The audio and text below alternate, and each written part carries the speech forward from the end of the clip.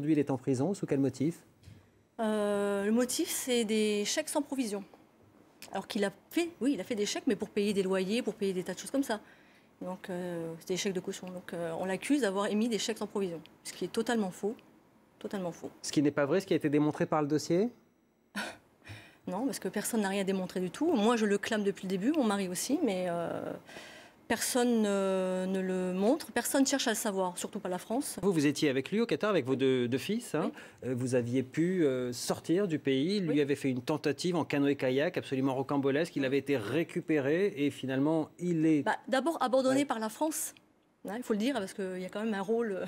Par le consul. Oui, qu'il avait par effectivement... le consul et l'ambassadeur, parce qu'ils ne voulaient pas fâcher le Qatar alors qu'ils n'étaient pas au courant, et ils l'ont abandonné. Donc, ça, c'est Ils l'ont remis aux autorités qatariennes, voilà, en tout cas, alors qu'il avait réussi à atteindre, si je me souviens bien, Bahreïn. Bahreïn, et il était libre. Depuis hier, plus de nouvelles. Il a eu le temps de vous dire avant qu'on allait le transférer dans une prison de longue peine. Concrètement, ça veut dire quoi? La prison centrale, c'est la prison où il y a tous les personnes qui ont... C'est des assassins, des meurtriers, des personnes qui ont des longues peines, 20-30 ans, des vrais méchants, quoi. On a contacté le Quai d'Orsay qui nous répond ce soir que son cas fait l'objet d'une action constante du ministère et de l'ambassade, visite, action sur les conditions de détention, sensibilisation des autorités qataries. Moi, j'appelle ça un mensonge.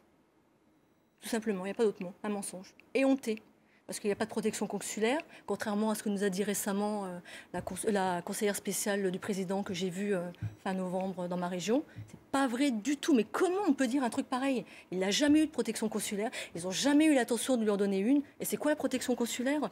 Je connaissais très bien l'ancienne consul qui m'a dit, c'est vrai, m'a dit en intimité, oui, mon fonction s'arrête à ramener des oranges aux prisonniers.